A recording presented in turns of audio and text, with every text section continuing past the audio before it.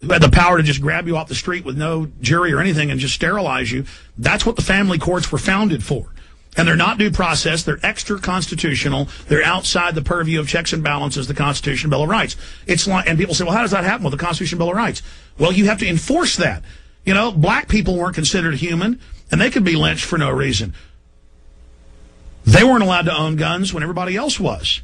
That was against the Constitution, but people had to stand up and demand their rights. So that's why we have these criminal, predatory courts where the judges even get part of the money of seized children. Each year, there are tens of thousands of confirmed cases, you mean in your kangaroo court, of child abuse or neglect in Texas. This includes emotional, physical, or sexual abuse. Now, there's no law saying you can't scream at your children when they run out in the street. There's no law saying that. But they will take your children if you don't know your rights and don't defend yourself, and they're teaching the public, and they teach you here. If somebody screams at a child, now the government can taser a 5-year-old, and the teachers can scream at you, and the cops can scream at you. But parents can't say, no, stay away from that space heater, or no, you do not go in the street. I've told you. By the way, it's not illegal to spank your child, but they still seize children for that. This includes emotional, physical or sexual abuse, pain that no child should be forced to endure until they get in government-controlled hands, and they're 5 times more likely, until they get locked up in a cage and fed 1 hot dog a day. By the way, the government has ruled, you can pull this up, that foster parents are allowed to cage children. But if you cage your child, which I'm not for, you get in trouble. So they warehouse them, they cage them, they get money for them. And they get more when they put them on drugs. That's why more than 2/3 of American foster children are on average, 7 psychotropic drugs. Pain that no child should be forced to endure. It is pain that can last a lifetime. In Williamson and Travis County, thousands of cases of child abuse or neglect are investigated each year. Confirmed cases leave innocent children victimized, scarred and emotionally damaged. Abuse and neglect does not simply affect one child or one family.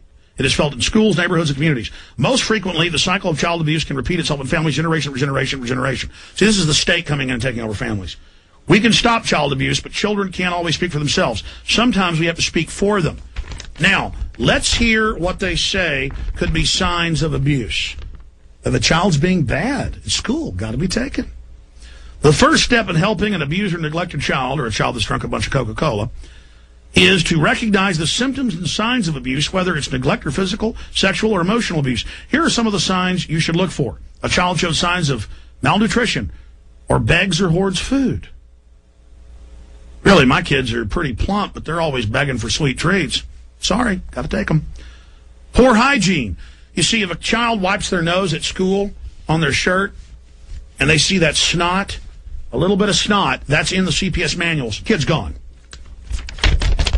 You turn them over to them, they get snot on their face, gone. I've been there. I've seen them take kids for this. Unattended physical or mental problems. Well, they say everything's a mental problem now, and they threaten parents all the time. The school aren't doctors, but they say, you put your child on Prozac, you put them on Ritalin. They don't tell them stop giving them soft drinks, or the school shouldn't be giving them Cokes and sweets and all the stuff that makes them crash. Nutrition's all of it. Oh, they say, you don't put your child on Ritalin, we're going to take them. And they do it every day across the nation. See how they disguise all this psychological warfare? The child shows signs of malnutrition or begs or hoards for food, poor hygiene, unattended physical or mental problems. So that's anything they want. The parent or caregiver abuses drugs or alcohol. And see, they don't tell you. You go in, they're now doing this, I've seen the news reports, and they ask you, hey, are you a drinker before you have this surgery on your gallbladder? Yeah, I drink a few beers every night. And I remember in one case, they took the guy's kids because he said, yeah, I drink a 6-pack every night. No login. Took his kids. Took his kids. And see, it was all, no judge, no jury, no none. They just did it. Well, it was a kangaroo judge, but no jury. Unexplained bruises, burns, or welts. I mean, my children are constantly running around outside. They're constantly, getting bruises and things. And they go to the government training camp. They're there watching. They're there looking. They're there, seeing what's happening, looking for an excuse. A child is frightened of a parent. Well, I mean, a child, if they've been caught doing something bad, and you say, you've been bad, and the child goes like that, oh, that's it, not allowed. Inappropriate knowledge about sex or age-inappropriate play. See, they put sex all over TV, all over mainstream news, all over commercials. It's all over the society.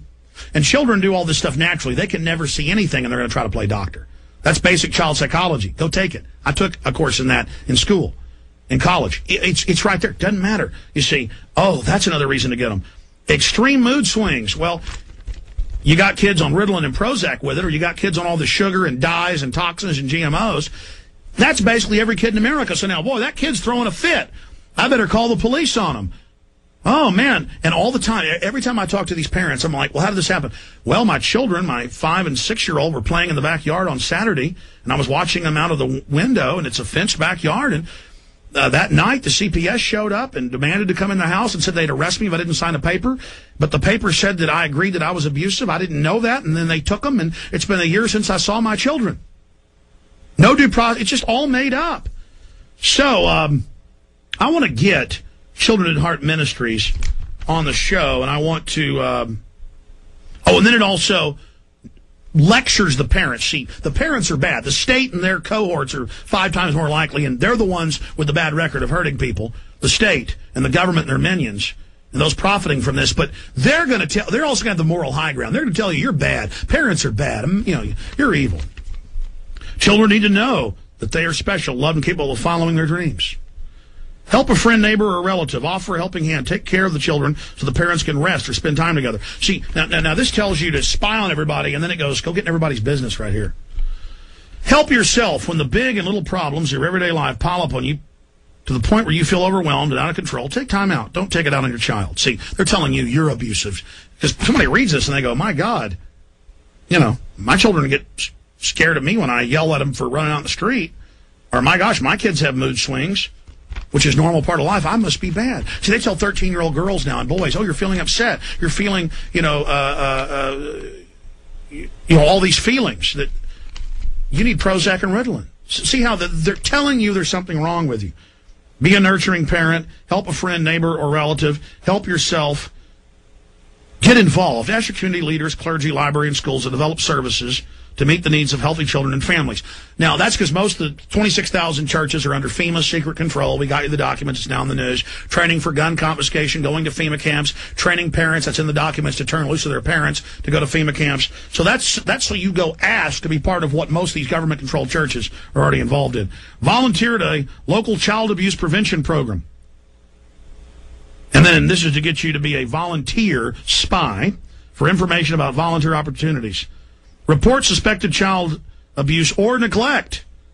And all the time they take children. The neighbor, little old lady that went to one of these training seminars, I saw him, yes. She pulled out to the mailbox and got out of the car while her children were in it, and the car was running. Thank you so much. We need you to file that report with us online. We'll be there tomorrow. Boom, kids are gone. See it all the time. Oh, yes, your child slips out of their car seat as you pull up to the house, cops are waiting, they take them. We've had Austin cases of that. They see you run in the house for a minute. They see your child run out to your car when you pull up with a T-shirt on when it's cold weather. Your children are gone. By the way, you think I'm joking, don't you? I study this every day. I know what's going on. I understand what we're dealing with. I'm not kidding about this.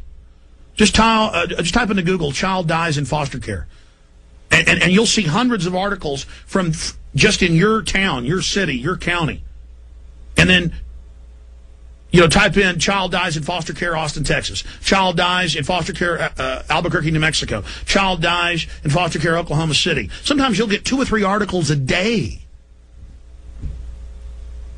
Because this is an industry for lazy pieces of trash who warehouse these children. Listen, I worked for one summer as a carpet cleaner. Back in 1993. 1994. I worked as a carpet cleaner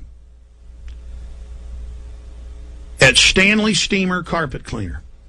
And let me tell you, you see something when you work for a carpet cleaner. And we go in houses with cat piss everywhere and dog crap everywhere and fleas jumping all over your legs. But it paid so much, like 20-something bucks an hour back then. That was like, whoa, because you got to pay people to do that work. And I I remember I'd go into these houses and you'd always smell marijuana. You'd see whiskey bottles and stuff. There'd be some drugged out looking guy laying in front of the couch, in front of the TV on the couch. And you'd be going to the rooms. This is so incredible. And there'd be all these children there. They'd be 5, they'd be 8, they'd be 10. They'd look all skinny and scared. And sometimes they'd be in their underwear and they'd crawl kind of up in a corner. And I was like, what the hell is this? It's like everything in my life has trained me for now what I'm doing. And it was always, I'm like, what is this place? I'm a foster parent. There'd be pot seeds and a can with the lid half, they're not even hiding their pot. And you know why? Because they're untouchable. Cops won't come there for their pot. They can do whatever they want to the children because the government doesn't want to report on itself. They are above the law. And I saw that over and over and over again. You'd be in a house with cat piss, with fleas, and it'd be foster children.